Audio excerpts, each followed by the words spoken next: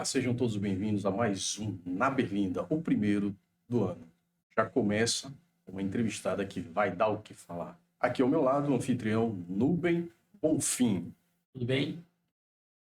E vamos já chamar ela. Ela é educadora, né, formada pela UFES, já morou na Itália, tem uma gama tremenda para contar aqui da história dela. Eu estou falando da parlamentar de Aracaju, Linda Brasil, eleita recentemente a deputada estadual. Linda Brasil, seja muito bem-vinda ao nosso podcast. Mas quero salientar, antes de você iniciar sua fala, que iremos insistir em perguntar, mesmo que você não queira responder às nossas perguntas. Seja muito bem-vinda, Linda Brasil. Podem ficar à vontade. Muito obrigada, Will, Nubem, pelo convite da gente estar aqui falando sobre a história aí dessa mulher babadeira que a partir de 2023, agora em fevereiro, a gente vai ter uma atuação aí na ALES. Espero que a gente possa dar continuidade a esse projeto que a gente vem desenvolvendo aqui na Câmara Municipal de Aracaju. Linda, como foi que iniciou a sua vida na política partidária? Por que você ingressou na vida pública? Bom, começou mesmo, né, em 2013, quando eu entrei na Universidade Federal de Sergipe. Eu, até então, tinha uma ojeriza política, né, que eu sou do interior, sou de Santa Rosa de Lima, um povoado chamado Canabrava. Olha! E no interior a gente sabe como as coisas se dão, né? Muda de partido. Certas coisas. Eu digo, meu Deus do céu, não, isso não é para mim. Seu pai foi político? Foi vice-prefeito de lá, mas só quis uma vez, porque eles, não é para mim não, ele não gostou. Aí meu irmão mais velho acabou se envolvendo e eu acabava ali percebendo algumas coisas que eu disse, meu Deus, não. Aquela política que você tinha ojeriza. Aí em 2013, né, depois de passar por vários processos de exclusão, né, de ter sido empurrada para a prostituição, como acontece com 90% das mulheres trans e travestis, né, eu acabei indo em 2003 morar na Itália justamente para poder... naquela época, como se fosse a única alternativa, porque eu não tinha referência, né? Até hoje, algumas mulheres trans e travestis ainda não têm uma referência, por isso que eu vejo uma responsabilidade muito grande, sabe? Estar ocupando esses espaços, de poder inspirar, motivar e ser referência para outras, né, pessoas como eu, né, que vivem em situação de vulnerabilidade, e naquela época eu não tinha referência, né? Você sofreu violência lá na Itália também? Sim, algumas situações muito difíceis. Um dia eu pensei até de fazer um livro, porque foram situações que me fizeram crescer como pessoa, mas também valorizar a vida. Eu passei por até situações de fingir que estava morta para sobreviver a ataques transfóbicos lá de... Não eram italianos, eram albaneses, né, estrangeiros que moravam lá e que tinham ódio, né, por nós, pessoas trans, muito grande, e que em vez em quando acontecia esse tipo de ataque. Mas quando aconteceu isso tudo, eu voltei para o Brasil, e eu fui para lá porque eu não tinha nenhuma expectativa de poder conseguir. Eu era cabeleireira antes de ir, sou cabeleireira ainda, maquiadora, porque eu adoro também, né, de formação, mas naquela época ser uma pessoa trans já era difícil se manter. Você tinha medo de ser assassinada? Não, aqui eu tenho medo até de sair na rua antes de ir para a Itália. E quando algumas amigas foram para lá e conseguiram, de alguma certa forma, ter uma condição, voltar e ter uma condição digna, eu mesma, um dos motivos que eu fui para a Itália foi para comprar um carrinho, que é o meu Linda Móvel, que eu tenho até hoje, que é meu Palio, que eu fiz campanha com ele, para você ver, né? Ele foi fruto, né, de um sonho de ir para a Itália para conseguir alguma coisa, uma casa própria, que eu consegui nesses 5 anos, né? É muito duro, difícil, mas... naquela época, né, era a única forma que eu achava que eu tinha de conseguir, né, porque para pagar aluguel e ser uma pessoa trans, quando você é uma pessoa trans, que você acaba aceitando certas negações, como a questão de identidade de gênero, nome social, você até é aceitável, mas eu sempre tive esse caráter de exigir ser respeitada, né, meu nome social. Então, isso acabava sendo difícil, até a relação com a clientela, porque hoje em dia algumas pessoas até tem dificuldade, né? E naquela época era pior. Então, eu acabei indo para a Itália, passei 5 anos, voltei em 2008. Quando eu voltei, eu tentei abrir o meu salão, não deu certo, aí fui trabalhar com uma amiga, que é Mara, salão de beleza ali no Ponto Novo, que foi lá no salão que eu comecei a me ressocializar, me integrar assim, com as pessoas, porque eu passei nesse período, eu passei um pouco afastada, né, de alguns convívio até familiar, apesar que minha mãe, sabe, eu digo, que eu só estou viva hoje pelo amor, pelo acolhimento de minha mãe. Seu pai aceitou, seus irmãos? Meu pai, meus irmãos, né, as figuras masculinas foram mais difíceis, né? Mas minhas irmãs, minha mãe, elas sempre me acolheram, sempre me protegeram, sempre me...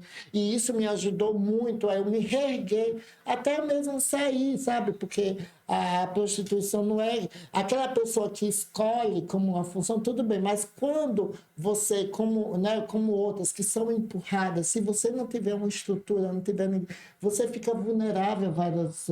não só a questão de violência, mas a questão das drogas, a questão da baixa autoestima. Você chegou a usar drogas quando estava na Itália? Não, eu nunca, nem cigarro, eu só bebia assim, eu nunca cheguei. Mas né, as pessoas que vivem nessa situação fica mais fácil, né, pelo convívio e tal, né?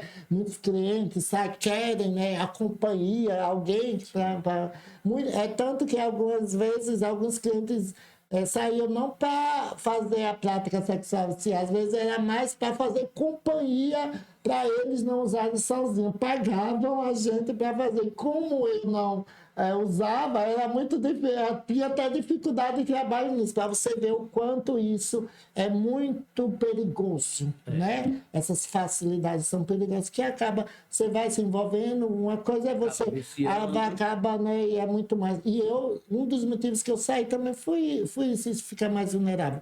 Aí em 2018 ou 2008 eu volto, começo a trabalhar, e foi em 2012, né, que eu fiz o Enem e passo, né, na Universidade Federal de Sergipe no curso de Letras Português e Francês, né, que foi aí que mudou a minha vida, né, em 2013, porque no primeiro dia de aula um dos professores se negou a usar meu nome social. E a partir daí eu fiz uma denúncia, e essa denúncia aí gerou um movimento aqui no Sergipe. Wilker. Linda, você está falando aí da sua dificuldade, né, fora do país, aqui dentro mesmo, em Sergipe, mas conta um pouquinho para a gente algum segredo ou as suas maiores dificuldades da infância até o seu sucesso.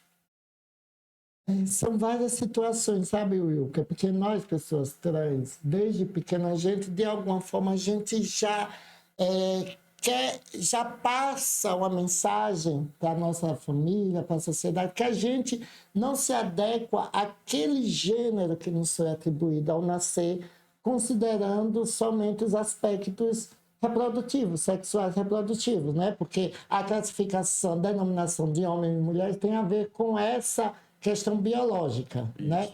E eu, desde pequena, eu lembro, 4, 5 anos, já não me adequava àquela expectativa que meus pais, a família tinha de ser um menino. Eu fui designada ao nascer, né? A gente não diz que eu nasci homem, eu nasci mulher, não. Nós nascemos um bebê e nós somos designados no gênero masculino e feminino. E eu, desde pequena, já não me adequava àquele gênero, minha forma de ser, de brincar, só que gostava de coisas ligadas ao universo feminino. Aí você vai num processo de silenciamento. Não, isso não é coisa de menino. Olha, isso não é brincadeira de menino. E para nós, que simplesmente é uma criança, e não é nem só menino, isso não é coisa de homem. E era uma criança. E isso, para mim, eu que sou educadora, é muito perverso, sabe, Wilker? Já querer... impor um comportamento, né? A menina tem de ser delicada, tem de brincar de casinha, de bonequinha. Porque brincar de casinha, de bonequinha, é porque pressupõe que quando crescer, essa criança, né, essa menina, vai ser uma dona de casa, vai ser uma mãe. Quer dizer, O famoso sexo frágil. Exato. E o homem, não. O homem é forte. O homem pode tudo. Não, Já você... revela esse Então, traço tem de da jogar sociedade machista. futebol. Eu nunca gostei de jogar, detestava. Gostava de brincar com as meninas, de queimado, que gritava. Eu sempre fui... E imagine, desde pequena, meus irmãos, seja homem, eu era simplesmente uma criança que tinha essa singularidade, que era mais atrelada ao gênero feminino. E por isso, Wilker, terminando essa pergunta, a gente sofre muito, sinceramente, muita violência, porque a gente não entende o que é. Eu não entendia o que era, porque eu era interior, diferente. né?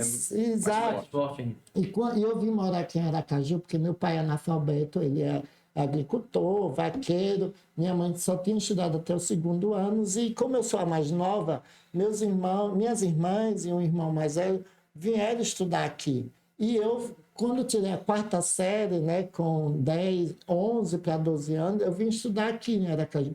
E foi aqui que eu realmente sofri violência. Eu vim estudar no colégio que chama hoje a minha maior referência em educação, que é o professor Paulo Freire.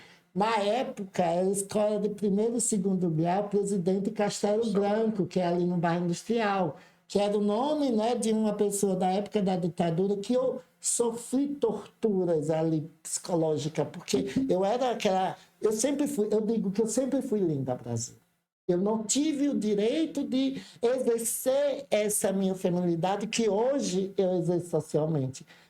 Aí, quando eu vim estudar com 11 anos, ai, viadinho, era coisa, sabe, de você não querer voltar para a escola, de chute, de ir no banheiro, sabe, aquele tipo de zombaria que você não O famoso entende. preconceito mesmo pesado. Hoje Né? diz que é bullying, mas na verdade é preconceito, é maldade. Né? Simplesmente eu não me adequava ao comportamento de que se esperava, né, naquela época de um menino, porque eu fui designada no gênero feminino. Aí você volta. Antigamente os professores não se posicionavam, ignoravam, não tinha hoje. Né? Existe ainda um trabalho de acolhimento, né? de se falar, e é isso que a gente quer. A gente não quer falar sobre sexualidade, sobre identidade, a gente quer falar sobre o cuidado, né? Sobre o acolhimento, sobre respeito. E é isso que a gente... É a palavra que me motivou. Então, aos 12 para 13 anos, eu deixei de ser Linda Brasil. Eu lembro que, para eu me manter nesse espaço, eu tive de brincar da forma que eu queria. Uma curiosidade, o nome de registro. Sim, aí, terminando, aí foi aí que eu acabei deixando de ser aquela pessoa, eu deixei de ser uma pessoa extrovertida, brincalhona, eu deixei de falar, eu tenho dificuldade de fala até hoje, porque dos meus 13 aos meus 19 anos, praticamente eu não conversava, nem em casa, para não sofrer bullying, preconceito, eu não falava em casa. Tinha vergonha de ir numa padaria comprar pão, porque quando eu falava, fala direito, é um menino ou uma menina, ficava aquela voz, né? Uma expectativa das pessoas querer, com 14, 15 anos, já falar como homem. Eu sempre tive essa voz meio assim, que todo mundo já, né, olhava, já ria. A pior coisa é você rir do outro por ser diferente. Então, aos 19 anos foi que eu comecei a ter consciência de mim, que eu comecei também a trabalhar minha independência. Foi aí que eu trabalhei ainda uma época de carteira assinada. Quando eu saí, eu montei um salão, né, de beleza, que foi o Instituto de Beleza Linda Brasil. A gente vai falar sobre esse nome, né? Sim, O porquê de Linda Brasil, como foi o processo de escolha, como foi aquela festa na boate, né? E o nome de registro, Linda? Aquele menininho que nasceu como um menininho. É uma das coisas que não se pergunta a uma pessoa trans, porque esse nome, o nome não existe, esse nome nos traz lembrança de sofrimento. Então, né? O que importa é o que eu sou hoje. Algumas pessoas falam, no meu caso, eu não falo porque o que importa, como eu disse, eu sempre fui Linda Brasil, entendeu?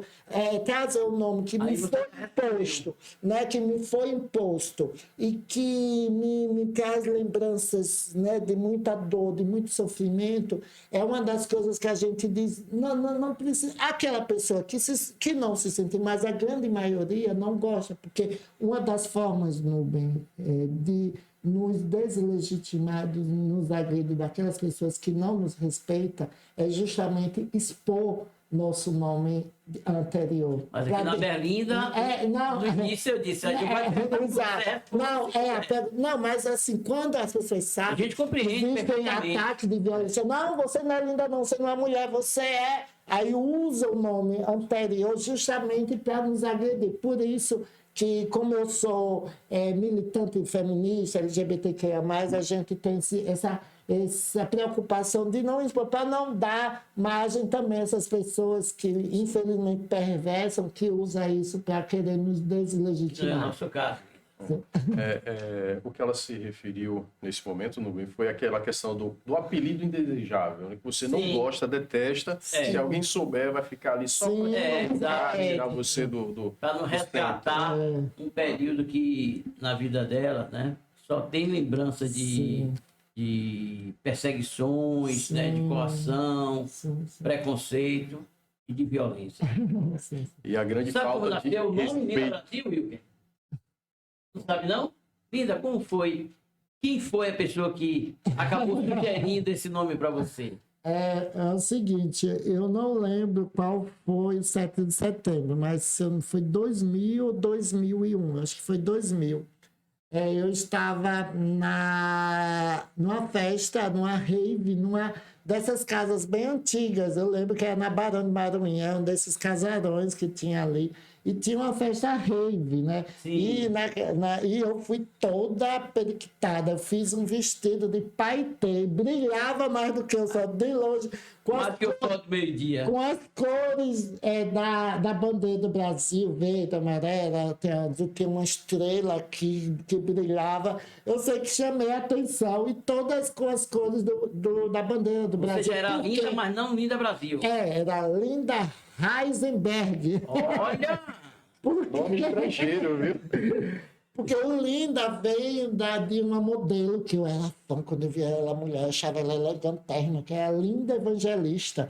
E eu achava o nome forte, eu disse, olha ela, que nome forte. Aí eu queria o nome, assim, eu botei Linda Heisenberg, porque antigamente tinha de ter o nome aí estrangeiro, aí para dar força aí.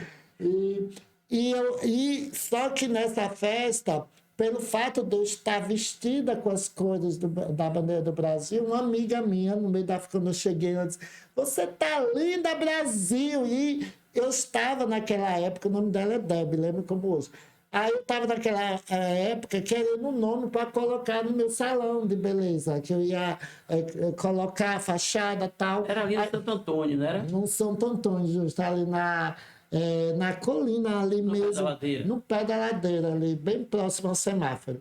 Aí eu coloquei o nome Linda Brasil, aí ficou, né, todo mundo me chamando Linda Brasil e eu senti que era, porque o nome eu acho que nos dá essa identidade, nos traz essa identidade. E como eu sou apaixonada, né, por meu Brasil também, sabe? Eu morei fora e eu sentia uma falta. É como se eu não tivesse, eu estava no lugar errado, né? E eu sabia que era um tempo que eu estava ali, eu não ia ficar na Itália por muito tempo, porque eu sabia que algo que a gente tem, né, como uma ligação, né, com o nosso país, e hoje eu entendo por quê, né? Depois de eu entrar na universidade, né, que foi em 2013, de eu começar a me envolver na vida política, ter essa consciência da importância da gente ocupar o espaço político para a gente provocar transformações, foi que eu digo, tem uma razão de ser, né, tudo que aconteceu. Pois é. Linda e suas particularidades. Sim. Linda. Vamos voltar aqui para a Câmara Municipal. Após você ter conseguido ter esse sucesso, toda a classe, né, de LGBTQI+, Se tiver mais alguma, desculpa, porque é muita letra. LGBTQIAPN+, tem... Você tem sofrido muitos preconceitos dentro da Casa Legislativa, ou não? Os pares te respeitam muito? Como é que foi? Me surpreendeu bastante, né? Logo no início, eu fiquei um pouco receosa, mas porque eu tinha ouvido nas legislaturas anteriores alguns comportamentos não só LGBTfóbicos, machistas, né? De alguns outros parlamentares. Eu disse, meu Deus, como é que vai ser? Porque eu sempre defendi, sabe, com muita coragem, assim, sabe, o respeito, né, qualquer comportamento que provoque violência. Então, no início, eu fiquei meio receosa. Só que no início dessa atual legislatura, né, aqui na Câmara, as sessões eram virtuais. Né? E o fato de não presencial ali, aí a gente não tinha esse contato direto. Aí o que eu comecei a perceber foi tentativa de barrar meus projetos, principalmente quando eram projetos ligados à comunidade LGBTQIA+, por essa distorção que há de algumas pessoas ligadas ao fundamentalismo religioso sobre nossas pautas, como o que eles usam e dizem que é ideologia de gênero, que não existe ideologia de gênero. A gente só quer que essas questões sejam discutidas nas escolas para diminuir o preconceito, para que os jovens cresçam respeitando a diversidade. É a única coisa que a gente... se eu tivesse um poder, Wilker, de influenciar a sexualidade de alguém, que eu acho que ninguém influencia, eu acho que nós nascemos, né? Ninguém... você nunca se que eu sou hétero, nenhum, né? A nossa identidade está com a gente dentro. Ninguém vai deixar de ser, a não ser que essa heterossexualidade, essa masculinidade seja muito frágil, né? Infelizmente, para algumas pessoas, né? Quando as pessoas não estão bem com sua sexualidade, porque aquela pessoa que está bem, está feliz, está realizada, não está nem aí com a sexualidade. Ninguém vai deixar de ser um homem hétero por saber que tem. Então, quando as adolescentes, né, crescem sabendo que há essas outras possibilidades, que essas pessoas merecem respeito como qualquer outra pessoa, tudo melhora. Né? A violência, né? As relações acabam sendo mais harmoniosas. E é isso que a gente quer. A gente não quer impor. Aliás, eu acredito que ninguém impõe tanto a orientação sexual, tanto a identidade de gênero. Então, o que aconteceu foi isso, né? Essa tentativa de barrar. E quando começou, que foi no segundo período, no segundo semestre do ano passado, presencialmente, não sei se foi o fato de eu ter chegado já com essa minha consciência, com esse meu empoderamento, e por ter sido a mais bem votada, porque a gente chegando, isso fez com que não só os outros meus colegas parlamentares me respeitem, nunca eu senti um desrespeito, tanto em relação ao meu nome social, minha identidade de gênero como pronome, nunca eu senti nada. Os funcionários, principalmente, todos me acolheram, assim, eu digo, meu Deus, que, sabe, para mim foi algo muito, muito importante, porque eu estava, assim, receosa, né, com medo como ia ser essa relação. Mas o que eu percebi durante esse período foi essa tentativa de barrar por causa dessa bancada fundamentalista, religiosa, que distorce as nossas pautas, né, que eu acho isso muito perigoso, né, quando você distorce, passa uma imagem negativa sobre um movimento que a gente só quer isso, a gente só quer direito, a gente só quer respeito, a gente só quer viver, a gente só quer combater essas violências que acontecem no Brasil, né, que é o Brasil que é o campeão de assassinato. A gente não quer mais nada, a gente não quer destruir família. A gente quer dizer que existem várias formas, né, de existir família, não só a heteronormativa, a tradicional, como dizem, né, mas todas as formas de família, que uma mulher só é uma família, que duas mulheres podem ir ter um filho e ser uma família. Né? Então, a gente só quer isso, expandir o conceito de família. E quando...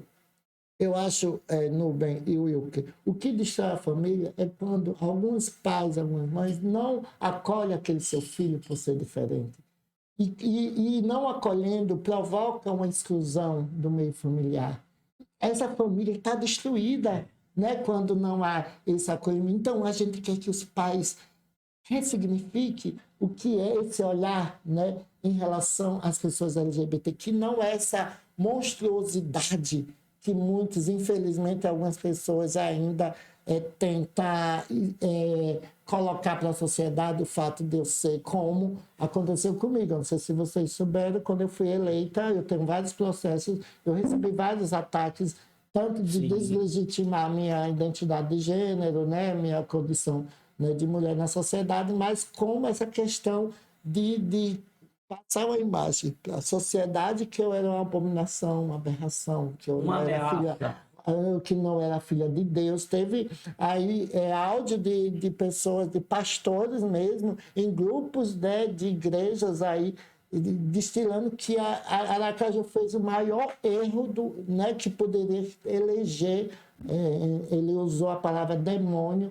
Imagine, né, você ser visto, alguém usar o nome de Deus, porque eu sou cristão também, sabe? Eu acredito em um Jesus, em um Deus que é amor incondicional, em um Jesus libertário, revolucionário como ele foi. Eu faço parte do Instituto Salto Quântico, que é uma escola espiritual cristã, que é liderada pelo médium Benjamin Teixeira de Aguiar. Eu frequento Benjamin desde o ano 2000, bem no início desse meu processo de autopercepção mesmo, e autodeclaração, né, e declaração e afirmação pública da minha identidade. Benjamin foi muito importante. E Benjamin me fez conhecer um outro Jesus, não aquele que eu escutava desde pequena, que não, é pecado, né, é aberração. Né? Eu comecei a conhecer um Jesus que é amor, né? Que ia de encontro a todas essas hipocrisias, né? Na sua época, né?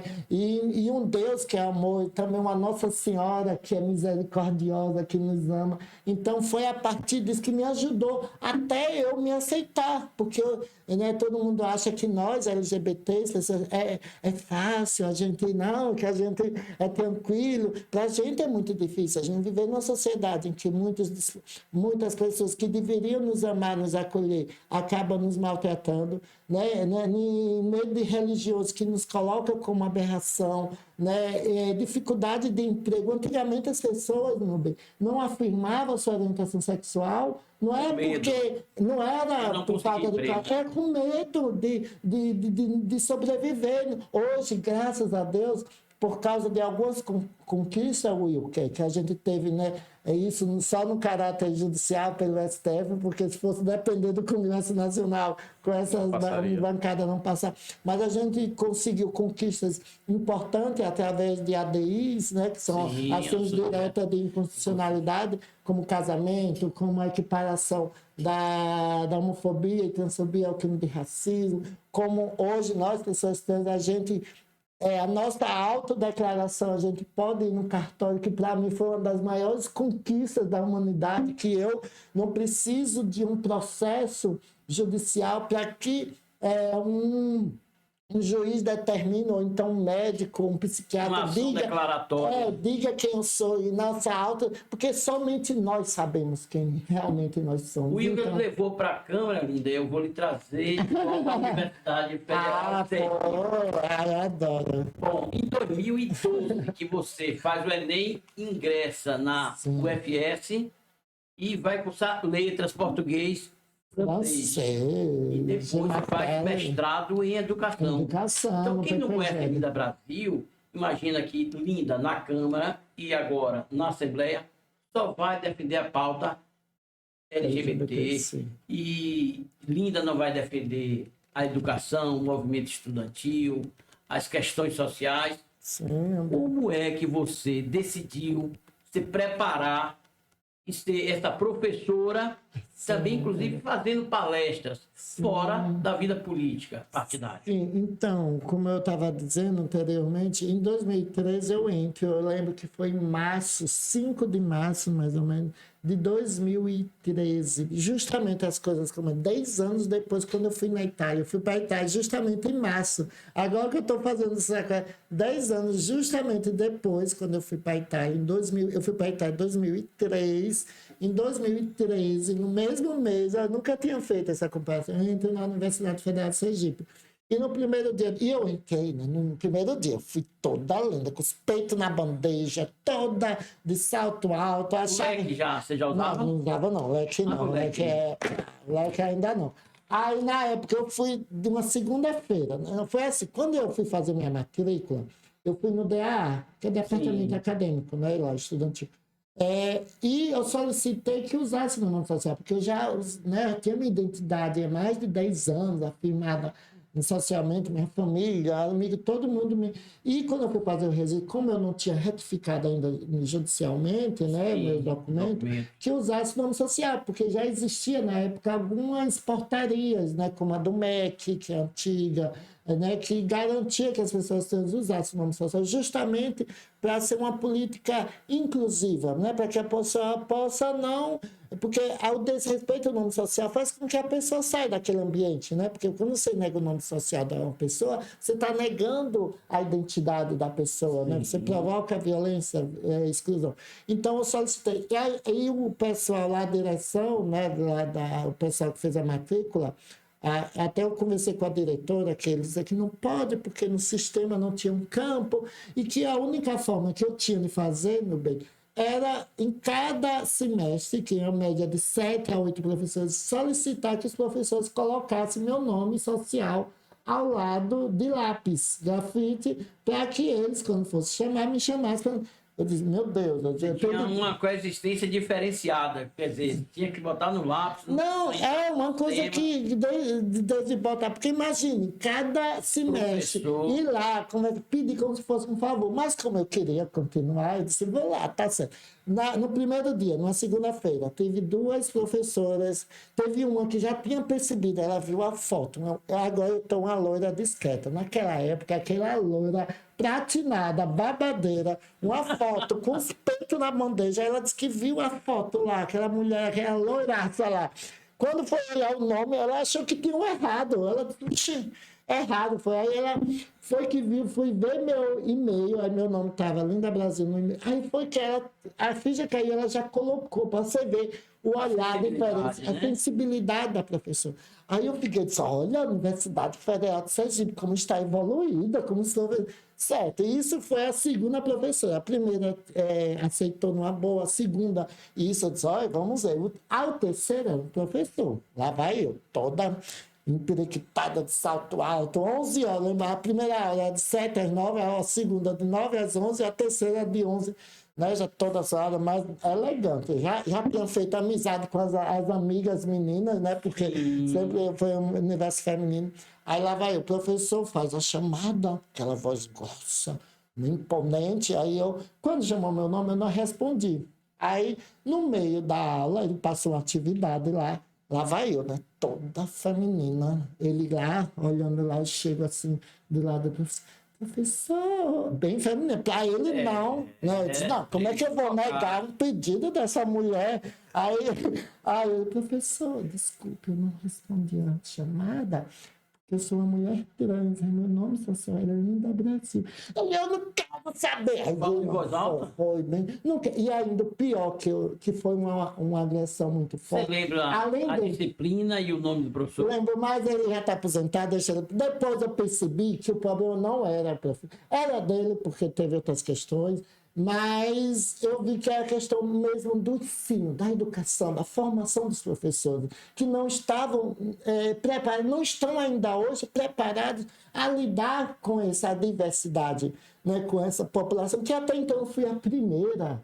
Meu bem, Wilker, eu fui a primeira em 2013, eu digo isso, não é a primeira como fosse um troféu, eu digo isso com pesar, porque eu sei quantas outras antes de mim, poderiam ter entrado e não tiveram por causa desse processo de violência, de exclusão, de falta de oportunidade, sabe? Em 2013, sabe? Aí eu digo, olha, né? E quando a gente chega, a instituição não estava preparada. Aí pronto. Aí o que foi que eu fiz? Eu cheguei em casa, na época o Facebook bombava mesmo, né? Tudo que botava. Aí eu relatei o que aconteceu. E muita gente, né? Eu faço parte do salto quântico, muita gente do salto quântico estava muito nessa expectativa, ansiosas para saber como foi o primeiro dia. Aí eu, relato isso. E essa minha postagem deu uma repercussão muito grande. Eu comecei a receber telefone da Comissão dos Direitos Humanos, da Comissão LGBT da OAB, pessoas dos movimentos sociais, que eram, isso não pode denunciar. Aí eu abri um processo administrativo na universidade, né, principalmente contra o professor e contra a universidade. Depois eu percebi que o professor era vítima também desse sistema de educação. Tá? Tirei o processo contra o professor e ficou só contra a universidade, né, porque ela deveria ter dado esse meu direito quando eu requeri no início, né, da matrícula. Aí esse processo, em menos de 2 meses, em junho de 2013, o procurador da Universidade Federal decreta uma portaria regulamentando para toda instituição o uso do nome social dentro. E aí, a partir disso, né, eu comecei a me envolver no movimento estudantil, no movimento feminista, no movimento LGBTQIA+, a ser convidada a dar palestras em escolas, outras universidades particulares, escolas privadas, públicas, tanto municipal, estadual. E foi a partir daí que eu comecei a ter essa consciência política, né? E a partir, né, desse movimento, tanto estudantil, feminista, que eu acabei, né, me filiando ao PSOL, que eu percebi a importância da educação, por isso que eu fiz o mestrado em educação. Sempre estive em você mesmo. Sim. Para que a gente pudesse, para que as pessoas pudessem ter acesso a pessoas trans e nesse acesso começar a desconstruir esses estigmas, estereótipos que tem em relação a nós, pessoas trans e travestis, que acontecem ainda, esses estigmas, por falta de acessibilidade nossa nesses espaços, por falta de até uma pessoa conversar com nós, porque a gente vivia em guetos, né? E quando a gente há diálogo, né, a esse diálogo, as coisas começam a ser compreendidas, né, de forma melhor, né, e assim os preconceitos acabam diminuindo. Linda, por que você escolheu o PSOL? Você se identificou mais? Foi depois dos movimentos na UFES? Conta um pouquinho aí como você ingressou no PSOL e em que ano? Justamente, em 2013, quando eu entrei na UFES, eu tenho essa ojeriza que eu falei ontem. Deus me livre, eu me filiar a um partido, eu me candidatar, Deus me livre, por causa do meu histórico, né, familiar, tal, lá do interior. Só que, na entrada no movimento feminista, eu conheci várias mulheres, sabe, guerreira, que a gente fazia os atos, né, no 8 de março, na Marcha das Vadias, não sei se você lembra, que é um movimento que a gente ia nas ruas, reivindicando Fora Temer na época, depois Fora Cunha primeiro, depois Temer, né, lutar. Isso. Que foi nessa época também, tem o movimento junho de 2013, né, que os estudantes foram nas ruas reivindicar alguns direitos. E então, conhecendo esse novo fase político, né, sabe, corajoso, aguerrido, que foi que me encantou, que me despertou. Eu acho que era algo que já estava, eu vejo hoje a política... Só faltou despertar mesmo, né? Ou eu vejo hoje como um propósito, sabe, na minha vida. Eu vi tudo que está acontecendo na minha vida. É como se as pessoas dizem, ai, que você tá... Eu vejo que as coisas estão agora se organizando, né? Estão sendo realizadas, porque eu vejo cada vez mais que é um propósito com responsabilidade, né? Um desafio muito grande. Então, foi a partir de conhecer, né, o movimento feminista, né? Eu fui também a primeira mulher trans a entrar dentro de um coletivo de mulheres aqui de Aracaju, que até então só eram mulheres cis, não tinha nenhuma mulher trans no coletivo. E eu fui a primeira. Então, eu dentro do movimento, eu comecei a levar essa discussão, né, do feminismo interseccional, né, levar não só que já existia a pauta racial, mas não tinha a pauta, né, porque interseccionalidade traz os recortes, né, de classe, de raça, e eu levei o recorte de identidade de gênero. Né? E nesse movimento foi que eu conheci várias mulheres que faziam partes, né, são filiadas no PSOL, a professora Sônia Meire também fazia parte, alguns militantes que estão comigo hoje na minha mandata faziam parte, e foi aí que eu me encantei. Em 2014, eu ajudei a Babi, ela foi candidata a deputada estadual pelo PSOL, a professora Sônia Meire, na época, foi candidata a governadora em 2014, e depois das eleições eu fui convidada, né, a me filiar, acabei me filiando, mas não para me eleger. Destaque, né? Já teve E uma eu votação eu não tinha essa perspectiva. Então, quando eu fui me filiar, eu nem pensava em me eleger. Aí, em 2016, me convidam, né? Eu digo, ai meu Deus. Aí eu fui, não para me eleger, eu nunca tive, mas sim para usar o período eleitoral para levar essa concepção de política diferente, né? Era um de palanque eletrônico. Era uma você tinha, forma né? mesmo de eu usar o período eleitoral para tanto denunciar e apresentar a nova forma de fazer política. Eu fazia uma política muito descontraída, pegava meu leque, as pessoas diziam, eu não quero saber de política, é tudo igual. Eu disse, tudo igual? Não, onde que você já viu assistir na Câmara? Você acha que é igual? Aí as pessoas construíam aquela visão, sabe? É mesmo, não sei o quê. Aí as pessoas pegavam material e tal. Então foi esse fazer, né, campanha eleitoral de uma forma mais leve, sem comprar eu vou volta em mim que eu vou fazer isso. Não, olha, aqui estão nossas propostas, né, avalie, vote consciente, e sempre foi isso. Eu nunca cheguei, vote em mim, que eu sou a melhor. Eu digo, olha, a gente sempre fazia um material com algumas propostas, né, com a concepção de política, né, de atuação de partido, né, de princípios do nosso partido. Avalie e vote consciente. Aí as pessoas, foi que em 2016, como você disse, eu acabei sendo a mais bem votada do partido até então, de proporcional. Foi em 2015. E só não fui 2016. E só não fui eleita na época por causa da legenda, que o partido não chegou com coeficiente eleitoral.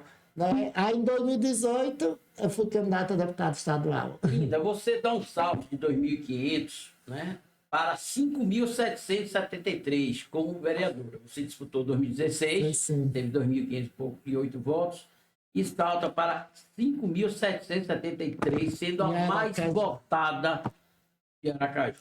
Em 2018, você concorre a deputada estadual, tem 10.107 votos. E agora, em 2022, você se elege com 28.704 votos. Esse seu sucesso eleitoral, essa sua força, né, faz com que você perceba que seu eleitorado não é somente, né, da comunidade LGBTQIA+, qualquer cidadão vota em Linda, não existe essa coisa de, não, meu voto é justamente aqui nessa comunidade. Não, é justamente isso. Seu mandato é plural, né? Exato, que passou justamente por essa, né, pela pauta da educação. Né?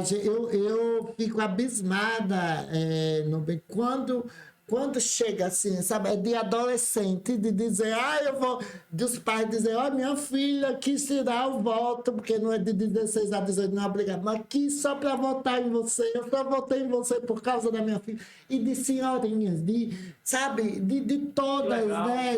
Eu fico, veja o quanto a gente começou a dialogar.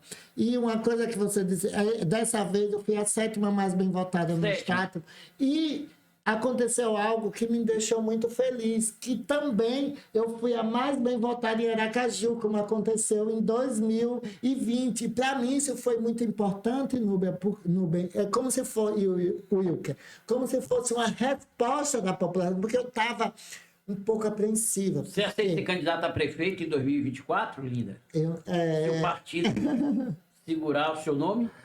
Não sei, eu quero seguir a atuação parlamentar, porque eu vejo, me dá mais, eu sinto mais adequada, porque a administração, né, o executivo, tem de lidar com muitas questões, eu acho, sabe, também... Não é seu perfil. que a gente precisa avaliar. Mas, se, porém, todavia, né, em 2024, a gente perceber que meu nome é um nome forte, né, que eu não estaria e tiver apoio, porque não depende só de mim, de outras pessoas, a gente pode sim se colocar, mas eu pretendo se galgar, quem sabe, reeleição para estadual, então para federal, a gente vai depender, mas eu sinto dentro de mim assim, essa vontade de um dia chegar ao Senado, que é essa minha aspiração maior, né? Mas Olha vai aí, depender. 2026, mais um nome surgindo. Vai depender muito das coisas. Então, quero focar agora, Wilker, na minha atuação, dar continuidade a esse trabalho que eu não terminei o raciocínio antes, de que a minha atuação na Câmara, nesses 2 anos, foi uma atuação muito assim, sabe, participativa, aguerrida. A gente já ligou com os movimentos sociais. Nenhuma propositura nossa veio, ele ainda pensou, minha assessora, a gente dialoga com os movimentos, a gente tenta construir de forma coletiva, mesmo, participativa. E outra coisa que a gente usou como atuação na política é desconstruir a visão que a população tem sobre a atribuição do parlamentar, né? Não aquele assistencialismo que muitos mantêm essa prática para desviar o verdadeiro foco e a verdadeira atribuição do legislador, que é criar leis, né, exigir que essas leis sejam cumpridas, fiscalizar o executivo, e quando você acaba, de uma certa forma, querendo corresponder e realizar, né, essas demandas, você acaba distorcendo. Então, eu estava meio apreensiva em 2020, porque eu nunca cheguei a querer ajudar individualmente. Posso ajudar individualmente de forma anônima, justamente para não manter essa prática e desviar da minha atuação, né? Você quer uma carta de emprego? Eu não tenho nenhuma relação com essa empresa, principalmente uma empresa que é contratada, terceirizada da prefeitura e que eu deveria fiscalizar. Como é que eu vou indicar alguém a trabalhar? Que tipo de relação eu tenho? Então, a gente passa esses 2 anos levando essa conscientização. As pessoas, às vezes, o coração fica partido, mas eu devo ajudar, ser voluntária, fazer voluntariado, assistencialismo, independentemente como uma cidadã. Sim. E não como uma função, né? Porque essa função... Não vincular a pessoa... Existe Secretaria de Ação Social, que existe recursos destinados que deveria... Mas quando você desvia essa função, é justamente porque você não está obrigado a cobrar do executivo, né?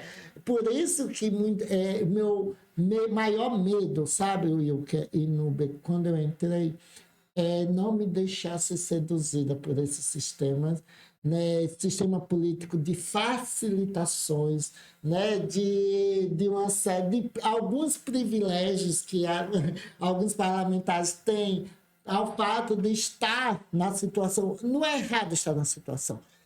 Muitas das vezes é um caminho perigoso, né? De você ter essas facilidades, ter esses privilégios, e quando você vai atuar, votar, exigir, denunciar, fiscalizar, você acaba não exercendo essa sua função. Então, por isso que desde o início, quando eu conversando, por isso que eu me filiei ao PSOL, porque eu percebia que o assassinato de Marielle Franco em 2018, eu lembro como hoje, eu estava me reunindo com o delegado Mário Leone, na primeira reunião para a gente justamente dar início à pré-campanha de 2018, porque eu saí a estadual e ele saiu a federal. A gente estava na casa de Ágata, que é a nossa assessora, e agora vai ser a nossa chefe de gabinete, justamente para falar. E a gente recebeu a notícia do assassinato, né, no dia 14 de março de 2018. E foi um choque ali. Eu até pensei em desistir, sabe? Porque depois a gente percebeu que era isso que eles queriam. Assassinar Marielle Franco, né? Que tinha essa postura corajosa de denunciar, né? Esse sistema, essa estrutura política corrupta, né? E então, eles assassinaram não só para tirar ela lá da Câmara, mas também interromper, né? De uma certa forma, provocar medo em outras A mulheres. fiscalização que ela estava fazendo também, não é isso? Essa luta coletiva, né? Lá, cara, lá tem a milícia, que é bem mais forte, aqui a gente não tem organizada, pode ter, aí, né? A gente não sabe, mas não é babadeira como lá, né? Por falar em babadeira, Wilker, Sim, Nubem. essa pergunta que não quer calar. Linda Brasil. Você falou que em determinado momento que seu coração palpitou forte quando você entrou na política. Na Câmara Municipal de Aracaju, em algum momento, alguém já olhou para você e seu coração disparou?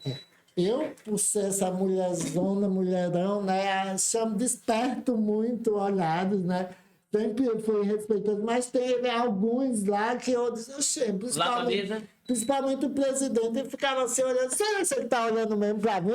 Tá, mas sempre foi de forma respeitosa, assim, sabe? Nitinho, para mim, ele foi muito importante, porque mesmo eu não votando nele, né, na chapa, né, que elegeu, ele sempre me atendeu, assim, é algo que eu só tenho a elogiar, o mesmo que eu não tenho ao prefeito atual aqui de Aracaju, porque quando não há diálogo, principalmente com a oposição, isso não é democracia, eu acho, não é uma república, né? Para você ser um republicano, você precisa dialogar, né, não só com os que estão. É fácil você só dialogar. Você tem, né, o que eu gostei muito do discurso de Simone Tebet foi justamente trazer essa perspectiva, né, porque ela disse que teve divergência com Haddad, né, e essas divergências que fortalecem, né, o governo, a instituição, porque é muito mais fácil você colocar pessoas que aceitam as coisas da forma que estão postas, do que você aceitar alguém que critica, para que a gente, com essa crítica, a gente possa avaliar a melhor forma, né, de fortalecer o Ministério, de fortalecer o governo.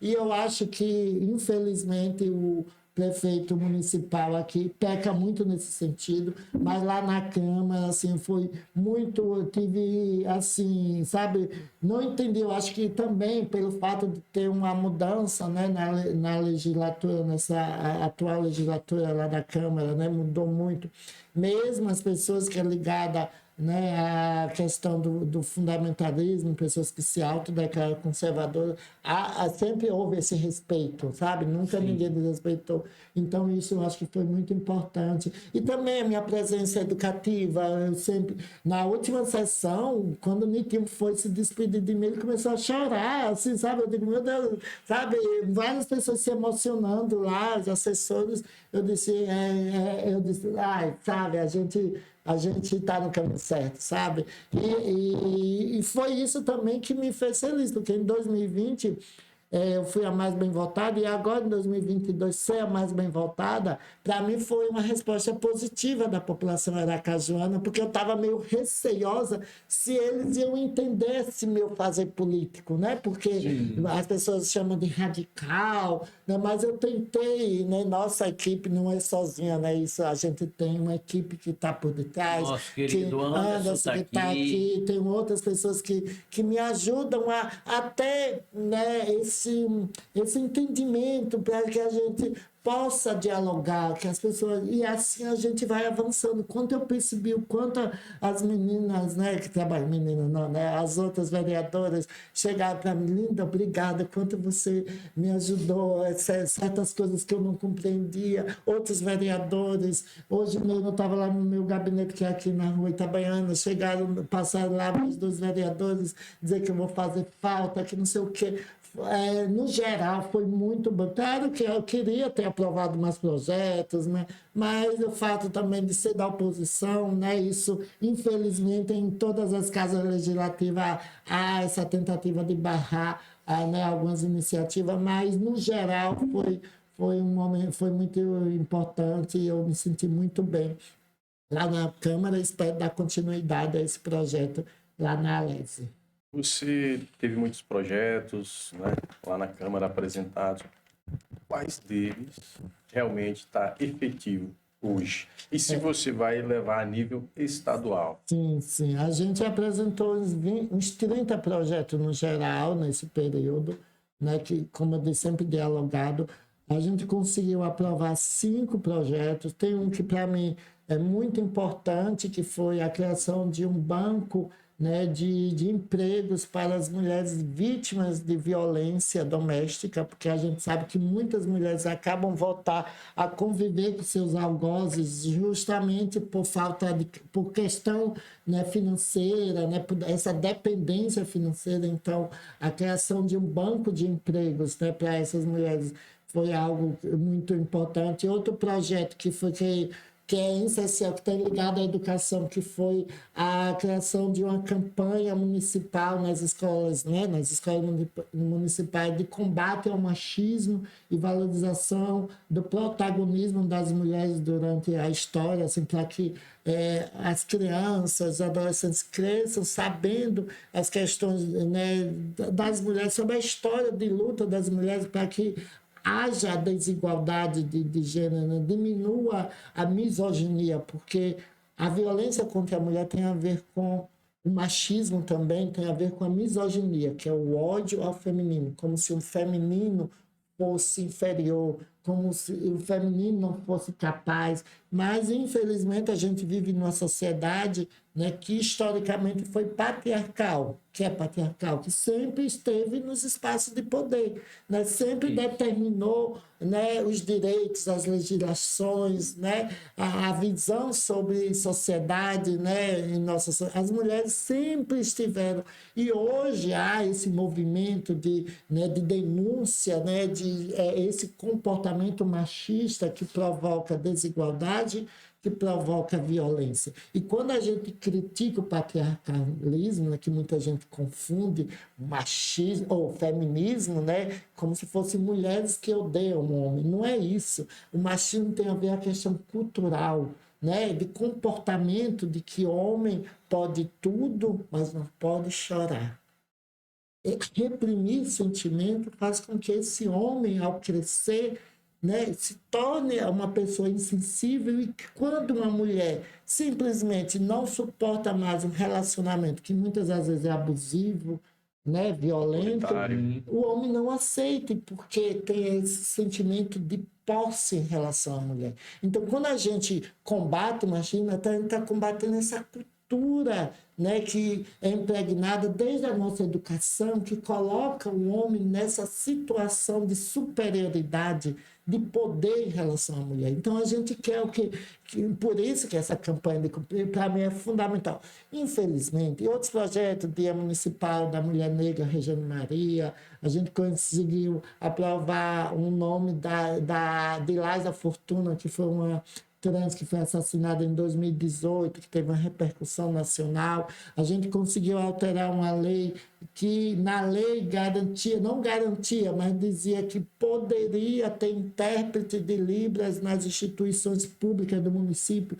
e a gente mudou de poderia para deveria, para que a instituição, né, tenha... Deixava de ser uma faculdade para ser uma obrigação. Exato, e da forma que estava na instituição. Mas só, infelizmente, a gente depara com algo que é a não efetivação das leis que já existem. Eu acho que o Brasil, né, Sergipe, eu estava ontem conversando com o Igor, que é o diretor-geral lá da Alese, maravilhoso. Ele disse: Linda, a Constituição do Sergipe é uma das mais avançadas em várias questões, só que, infelizmente, não é aplicada como deveria. É a mesma coisa de algumas legislações. A gente consegue aprovar, né, as leis, mas elas não são realmente efetivadas.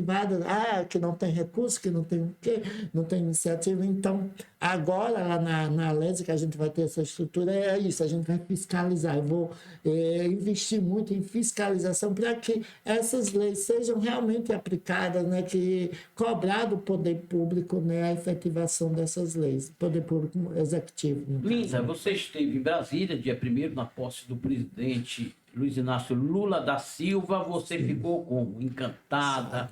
Você se sentiu maravilhada? Qual a impressão que você traz sobre esse novo governo que se instala no país? Eu tô Letícia assim... chegou a respirar fundo agora. Eu acho que é um dos dias mais especiais da minha vida, assim, principalmente pelo fato de estar alinhado, né, esse novo governo a uma concepção de política em que, para mim, a linha mestra, né, dessa minha atuação é a luta por justiça social no nosso país.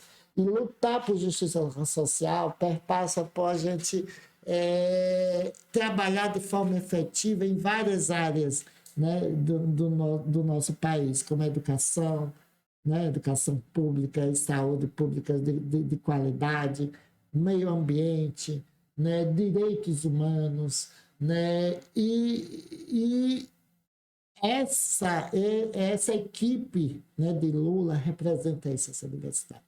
E sentada ali naquele gramado da Esplanada dos Ministérios, vendo, eu não consegui chegar lá até lá, né?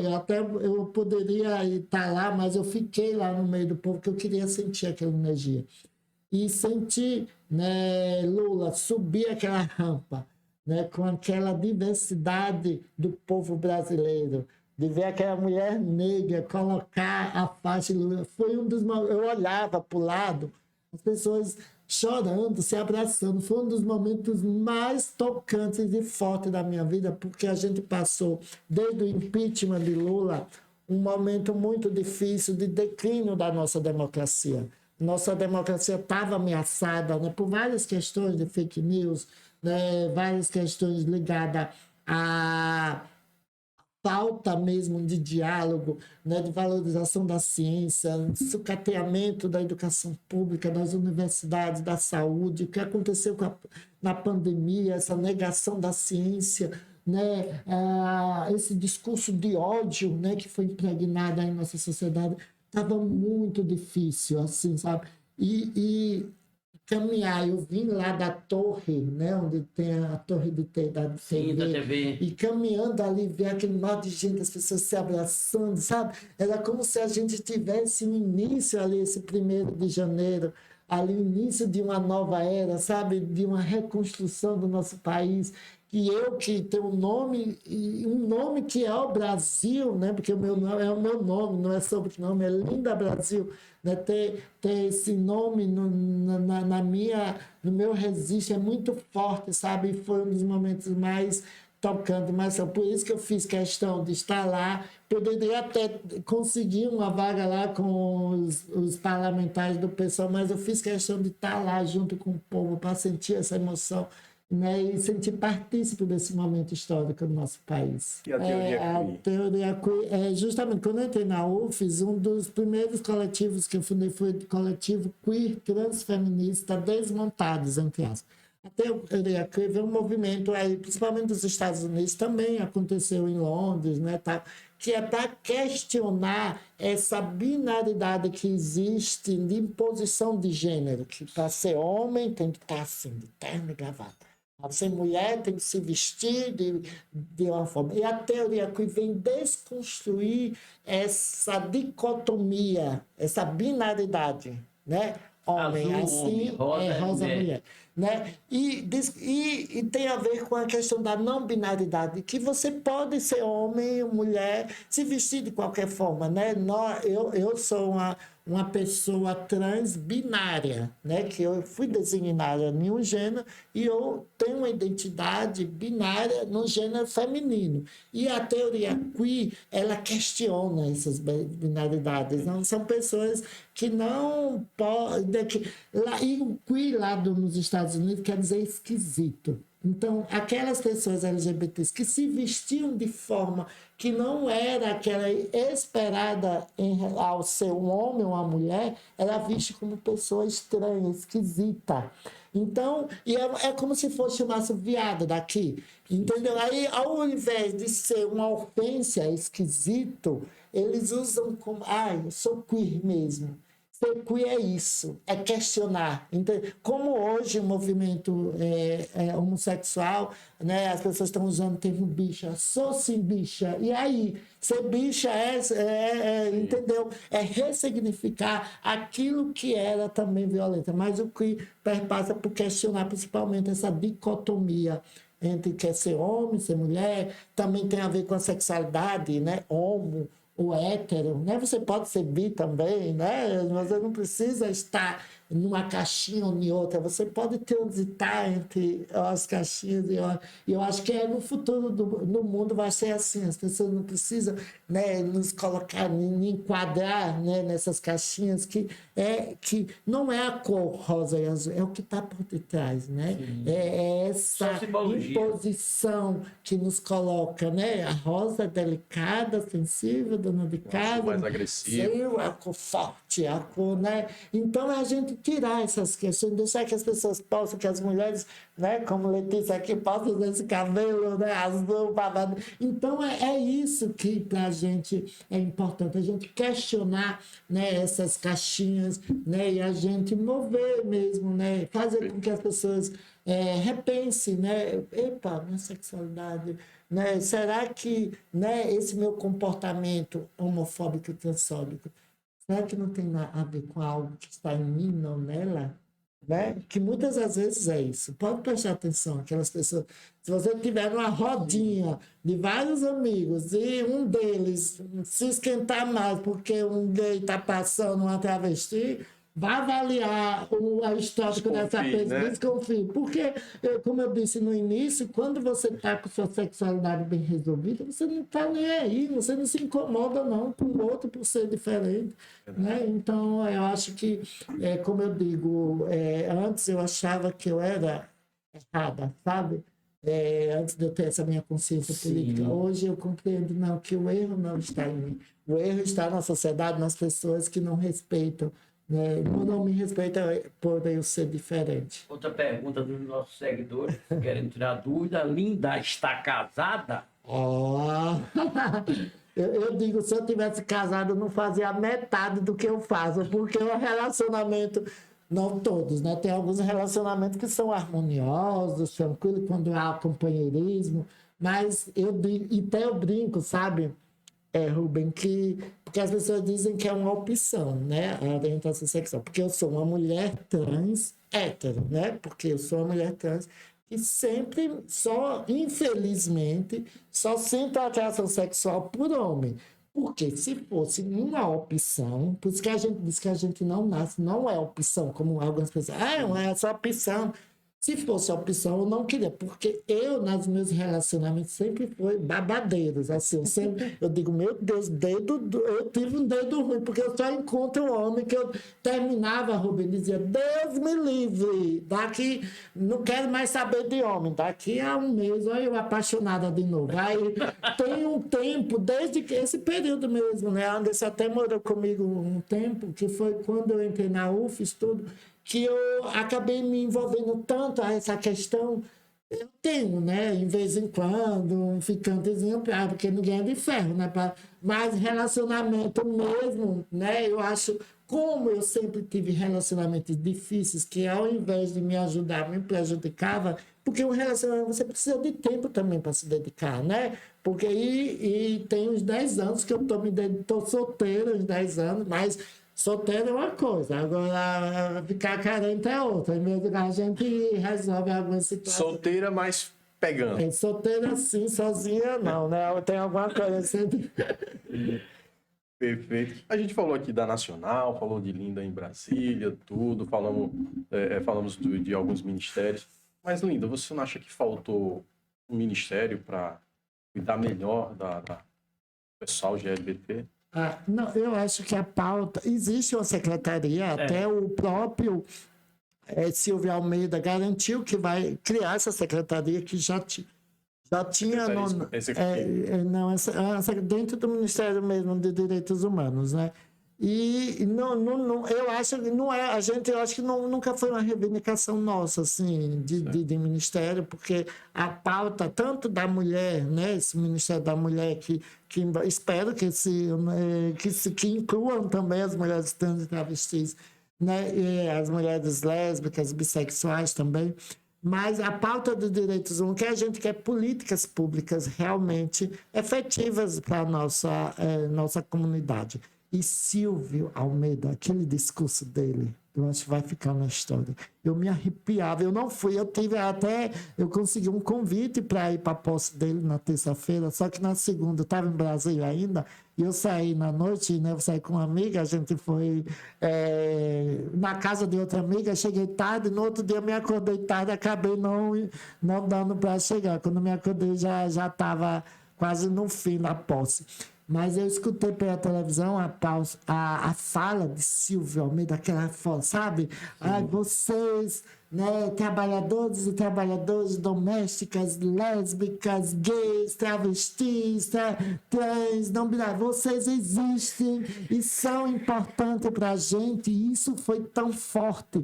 E a forma que ele falou, né, que ele incluiu, né, moradores e moradoras de rua, né, pessoas com deficiência, da forma que ele falou, daquela forma que até me lembrou a fala dele, a Martin Luther King, sabe? Que é tão assertiva assim, e eu tenho certeza que Silvio Almeida vai sim, né, fazer um trabalho que também, né, abarque, né, as demandas aí da população LGBTQIA+, né, e assim a gente vai ter também uma travesti que é Cine Arra, que foi eleita, né, na Secretaria Executiva, né, LGBT, né, que é uma travesti e tal. Então, eu tenho certeza que vai ser, né, esse Ministério dos Direitos Humanos ele vai sim contemplar as pautas da população LGBTQIA+. Estamos chegando agora, Nubem e Linda, no quadro Pinga Fogo. Edivaldo Nogueira. Péssimo gestor. Jair Messias Bolsonaro. Passado. Luiz Inácio Lula da Silva. Futuro do Brasil. Rogério Carvalho.